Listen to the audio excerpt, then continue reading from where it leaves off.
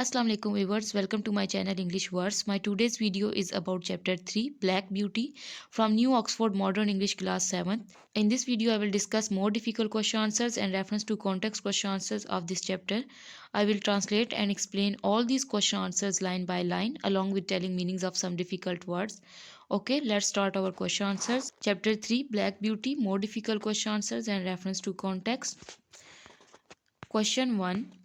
How do we first realize that a horse, not a human being, is telling the story?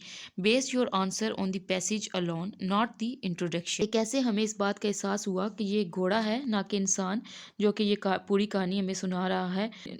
Base your answer on the passage alone not the introduction. ये जो question उन्होंने किया है ये पूरे chapter के हिसाब से वो पूछ रहे हैं, ना कि सिर्फ इंट्रोडक्शन के मुताबिक ये सवाल है.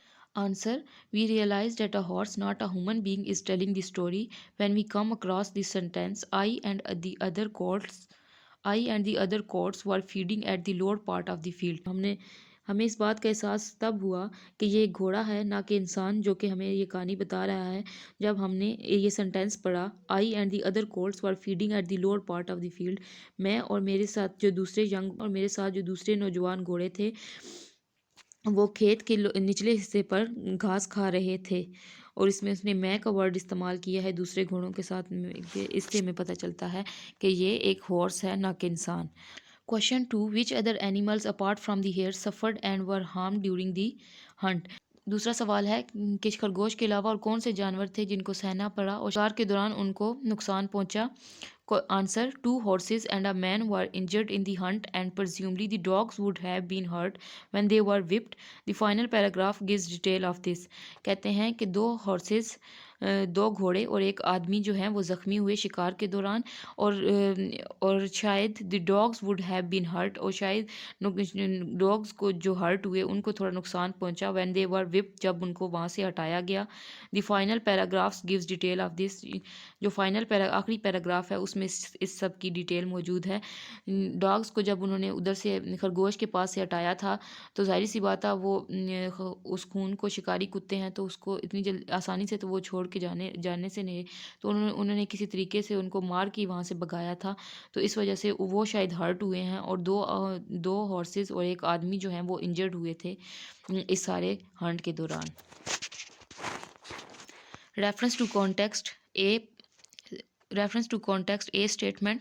They have lost the scent, said the old horse. Perhaps the hair will get off. ये स्टेटमेंट है, इससे रिलेटेड अब क्वेश्चन है. Question 1. Who is the old horse speaking to. बूढ़ा घोड़ा ये किससे कह रहा है कि they have lost the scent. ये बूढ़ा घोड़ा किससे कह रहा है. Answer. The old horse is speaking to the Black Beauty, her mother and the other colts and old horses in the field.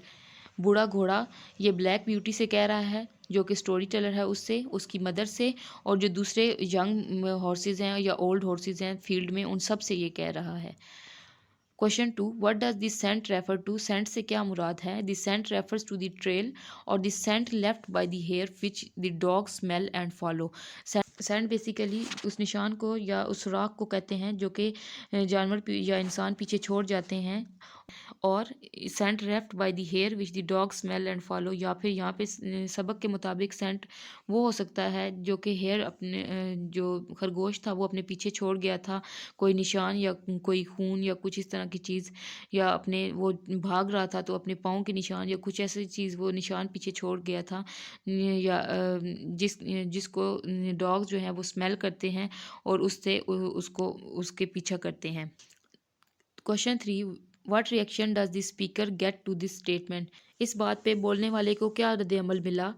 Answer. The speaker is asked what hare by Black Beauty who has not yet seen the hare. Speaker से Black Beauty ने एक सवाल पूछा what hair, क्या कौन सा खरगोश, क्योंकि उसने अभी तक खरगोश को नहीं देखा था. B statement. And serves him right too, said one of the colts. इससे रिलेटेड अब क्वेश्चन है. Question 1. To whom are these words addressed. ये वर्ड्स किसको कहे गए थे. The words are address to Black Beauty's mother. ये वर्ड्स ब्लैक ब्यूटी की जो मदर थी उसको कहे गए थे. अच्छा, इन स्टेटमेंट की कंप्लीट ट्रांसलेशन एंड एक्सप्लेनेशन मैं अपनी एक वीडियो में कर चुकी हूँ. You can get that from there. अगर आपको समझना हो तो आप उधर से वो कंप्लीट ट्रांसलेशन समझ सकते हैं। Question 2, what does serve him right mean? Serve him right mean का क्या मतलब है? Answer, serve him right means he deserves whatever comes to him in punishment और as a consequence of what he has done. Serve him right means he deserve whatever comes to him. Serve him right का मतलब है कि वो इस चीज़ का मुस्तहिक है, जो उसने ये सब किया है उसके बाद ये इस चीज़ का मुस्तहिक है। इन पनिशमेंट, या तो सज़ा के तौर पर, और as a consequence of what he has done, और जो इसने किया है उसके नतीजे के तौर पर वो इस चीज़ का मुस्तहिक। Question 3, which incident is the speaker referring to? कौन सा वाक़या है जिसकी तरफ बोलने वाला इशारा कर रहा है? Answer, the speaker is referring to one of the riders who had broken his neck when he fell into a brook. Speaker जो है उस वाक़ये की तरफ इशारा कर रहा है जब एक घुड़सवार दरिया में गिर गया था और उसकी नेक जो थी, उसकी गर्दन जो थी वो टूट चुकी थी। ये इस वाक़ये की तरफ इशारा करके स्पीकर कह रहा है। ओके व्यूअर्स, ये थे हमारे more difficult question answers and reference to context question answers of chapter 3 Black Beauty from New Oxford Modern English class 7th. I hope you have understood it. If you have any question, any query, you can ask me in the comment section. Okay, thanks. Allah Hafiz.